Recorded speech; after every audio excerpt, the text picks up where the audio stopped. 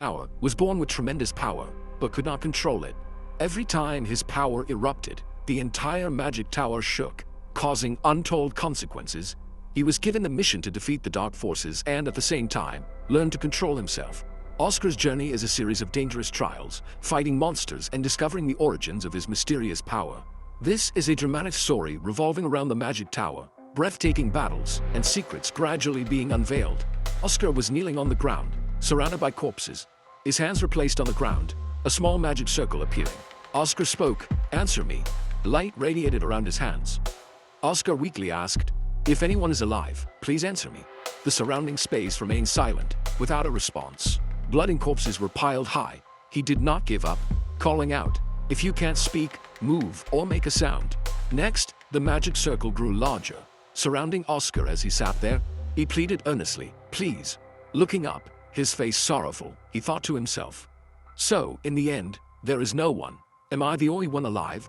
His eyes darted off into the distance, looking at something. Thinking of the man with horns on his head, he assessed him, the one who first unified the demon race. Remembering his cruel actions, Oscar resentfully thought, causing the downfall of humanity. Oscar murmured, "High Priest." Suddenly, an image of a ferocious demon appeared before him, mouth open, lunging towards a screaming newborn baby. Oscar immediately began chanting. Instantly, the demon vanished. A sphere of light enveloped the child. Then, gentle hands supported the child, slowly lowering it. Oscar marched bravely with a group of people. In his memory, he thought, "Myself and the mages from the White Magic Tower who followed me." At that moment, Oscar frowned and shouted, his thoughts racing. "And the mages from the White Magic Tower who followed me." He kept casting magic. Oscar struggled, having bet everything. Seeing him cast a spell, Oscar rushed forward to block the attack. His head lay rolling on the ground. Oscar pondered, for the future of humanity, if it were not for us, no one could do it. But Edna suddenly appeared, announcing 3:12 p.m., April 28th, the death of the High Priest is confirmed. Oscar looked at the person before him and weakly called out, "Edna, the last dragon in the world, the recorder of history, Edna Sol Laplace." She bowed her head, looking at Oscar and reporting, "Master of the White Magic Tower, I have good news and bad news for you." He replied, "Bad news first." His expression darkened as he heard Edna's even voice. As expected, the Demon Legion has invaded the White Magic Tower. In the process, most of the mages did not survive. The magic tower was partially destroyed, and most of the documents and mages were burned to ashes. Oscar, his hair disheveled, asked, "What is the good news?" She replied, "The royal army arrived earlier than expected, so they rescued some survivors, including your disciples." Oscar put his hand to his chin, thoughtfully exclaiming, "That is a relief." Immediately after, he was startled when he heard Edna ask, "Do you regret your decision today?" A fleeting look of sadness crossed his face, but he said firmly, "I do not. I personally chose each one of them. I can't say I regret it in front of them." Edna continued to remind him, "Is there anything else you want to say?" Hearing this, Oscar looked at his blood-stained hands and pondered. He delivered his message, "Please take care of my disciples. They are still young, they must be very worried." Edna bowed her head slightly and replied, "I will check in on them from time to time." Oscar smiled gently, exclaiming, "A dragon bowing before a mere human." She calmly replied, "You have earned it." Edna continued to express, "The entire continent and I will never forget the sacrifice of a hero from the White Magic Tower." He closed his eyes, tilted his head, and teased in response, "Of course." Then Oscar secretly pondered, "It would be a lie if I said I had no regrets. Even though I might be the best mage, I was not a good leader. But if, just if," thinking of the days he spent playing with the children, Oscar regretfully told himself, "If I had another chance, even if I was called a villain, I would live a selfish life only for my people." Remembering those 3 adorable children, he yearned in his heart, "I want to live like that." Immediately after, he smiled, his hand relaxing. A hand was placed over his eyes. She spoke, 3:47 p.m., April 28th. A beam of light flashed across the sky. Below, voices continuously rang out, confirming the death of the master of the White Magic Tower, Sage Oscar. At that moment, a small leaf gently fell on the table, where a piece of paper was placed, reading, "High Priest, dead. 132 level 6 mages of the White Magic Tower, killed. 19 level 7 mages of the White Magic Tower, killed. 2 level 8 mages of the White Magic Tower, killed." The moment the leaf landed on the paper was also the moment a life ended. Level 9 mage of the White Magic Tower, Tower Master, Sage Oscar, killed. At a large tower, standing tall in the sky, a man lay in a hospital bed. A small leaf gently fell into his hand. Suddenly, he jolted awake in fright. His hand accidentally brushed against Frank, who was carrying a basin of water. He exclaimed in surprise. Frank complained, annoyed. "Hey, I am all wet, I was going to change your cloth." Putting the basin of water on the table, he grumbled. "Your sleeping habits are really bad. You do not even appreciate my care," he thought in surprise. Sleeping habits. Oscar confusedly put his hand on his chest, wondering, I was sleeping, in such an unguarded state? No, more importantly, his heart was still beating in his chest. Oscar wondered, I was dead, was not I?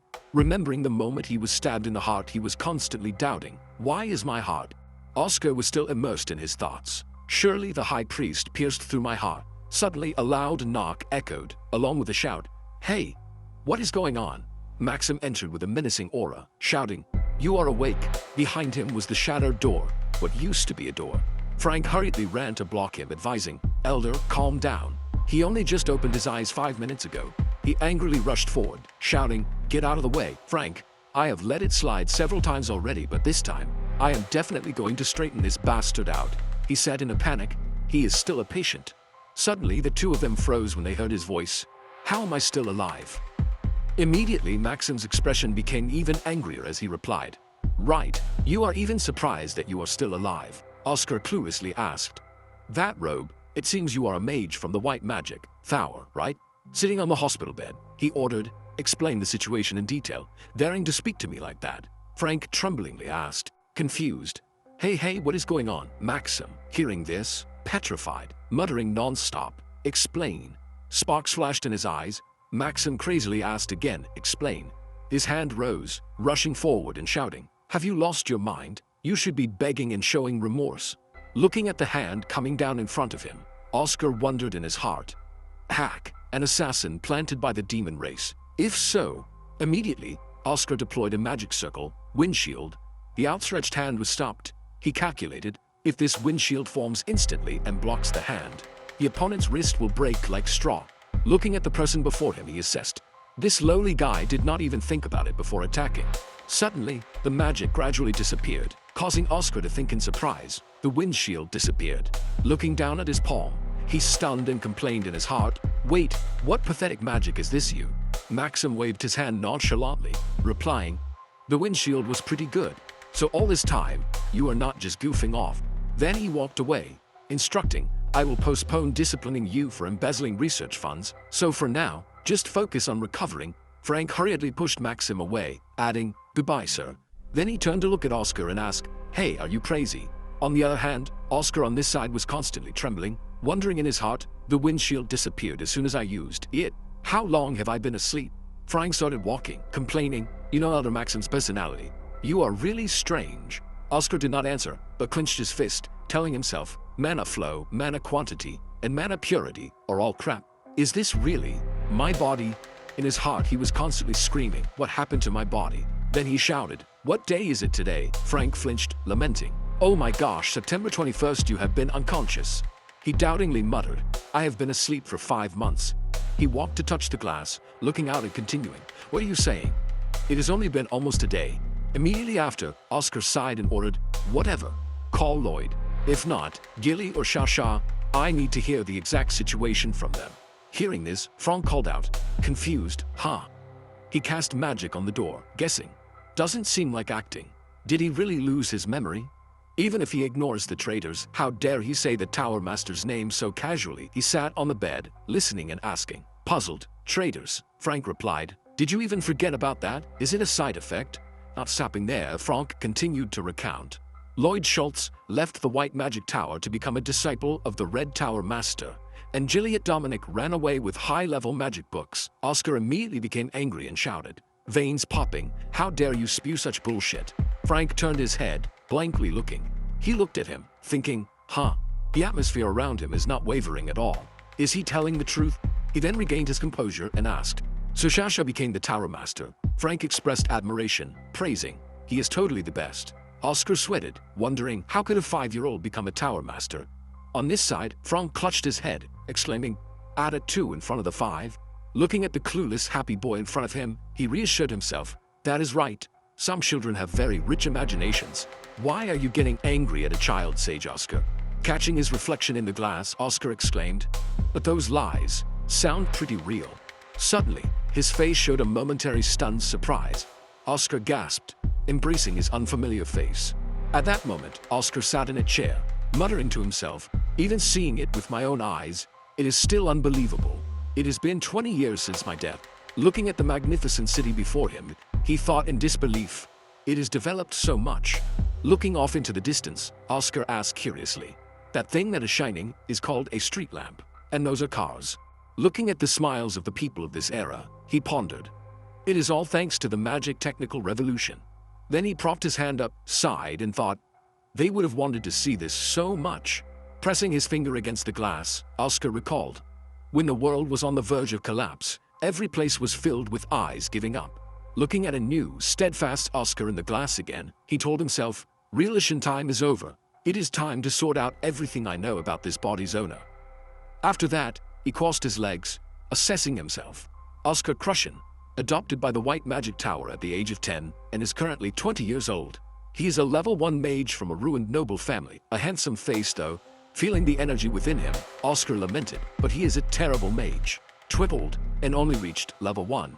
Thinking of that red potion, Oscar mused. As a result, he had to hastily buy an illegal potion by embezzling research funds, and surprisingly, after drinking it, he constantly judged. That is right. If successful, the mana in his body would increase several times. But if he failed, his life would be in danger, so it is illegal. Frank said I was unconscious all day after drinking it. But in reality, maybe he died from mana explosion." Suddenly, his eyes widened in surprise. Looking at the vast blue energy in front of him, Oscar sweated, exclaiming, "What is this? Just a level 1 mage, and he has so much mana." Touching the energy, he continuously assessed. Most of it is still unrefined, pure mana. Is it all thanks to that cheap illegal potion? Modern society, it is really different. Suddenly, something appeared from within the energy. Strange purple spots appeared on his finger, causing him to wonder, "What is this?" Black liquid stuck to his hand. Then it turned into a stream and flowed to the ground. Oscar recoiled in shock, looking at the thing that just fell and was steaming on the ground. He exclaimed in fear, "This is poison." Looking anxiously at his hand, Oscar wondered, why does he have poison in his body? A second later he laughed, saying, "I understand." The hand in front of him caused Oscar to happily exclaim, "I roughly understand now." Looking up at the potion on the table, he speculated. First, that illegal potion was not exactly a scam. No matter what the price, it would be very difficult to get a potion. The problem is, he said firmly, Oscar Crushen did not know there was poison inside it. After examining the amount of poison left and the amount of time he was unconscious, I am even more certain. In other words, he did not die from mana explosion, but from poison. Oscar looked thoughtfully at the hand in front of him, judging, and the level of poison is too high for a level 1 mage to withstand. If it were not for me, it would be very difficult to detect this. A second later, he clenched his fist. Propping himself up, he told himself, "I do not know who is playing with my soul, but the consequence is..." Reaching for the potion, he secretly thought, "I have been given a second chance like I wished before I died." Looking at the potion in his hand, he exclaimed in his heart, "A selfish life for my people? This is not a bad start." He smiled slightly and called out the name, "Oscar Crushen. To repay you for lending me this body, I will avenge you." At a large building on the outskirts of Siren, a person called out, "There is news from the shop." Arson, holding a bottle of wine in his hand, arrogantly scolded, "I am the boss. How many times do I have to tell you to use proper titles?" Bart bowed his head, stammering, "I am sorry, boss. So what is the matter?" Then, he slammed the bottle of wine down on the table when he heard Bart report, "The inside of the shop has been completely destroyed. It was done by some mages." Arson angrily exclaimed, "What? Who are they to dare to do such a thing?" He continued to explain, "I am not sure,